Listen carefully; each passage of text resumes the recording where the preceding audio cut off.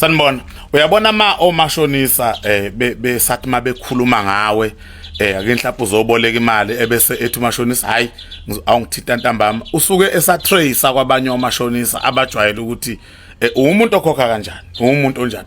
Uyabona mabesakurefer kahle besakuchaza kahle besakuncoma ukuthi hayi ukhokha kahle lo mnikezi imali hayi impilo yakhe isuke isazomanya ukutshela mina. Kufuneka omashonisa bekuthimula omashonisa bethi nje hey wawangila lo muntu.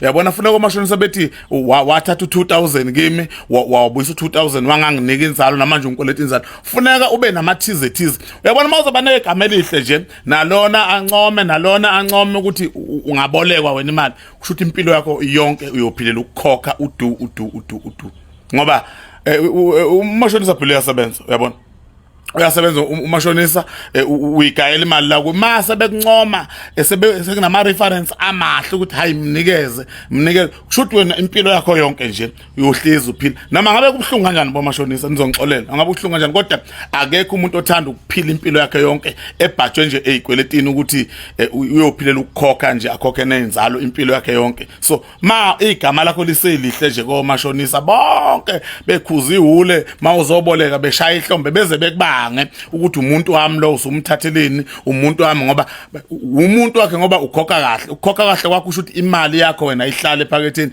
iza kuyena keep 2000 funa ubuza 2.8. So mase bekubanga sethi hawu yini eze kuwe uzothi mayiqeda ukubuza lo reference umashonisa lo kade kubuzwa kuyi sefaka ucingo kuwe ha usiyoboleka imali wena le kwaSibiya ungiyekelani mina sekwenze njani usiyoboleka imali kuZondo uthini ngami ngoba udume kahle. So omashonisa nje besakuncoma impilo yakho isazoma ngiyakutshela mina futhi omashonisa bekuthimule bekuthimule beze bephimisa ngisho amathi bethe udoti lo wangigila kabi lo izoqonda ke impilo yakho kodwa makuukuthi nje ulokhu umuhle hayi usazobhajwa mntana angifuni ukuthini usazobhajwa.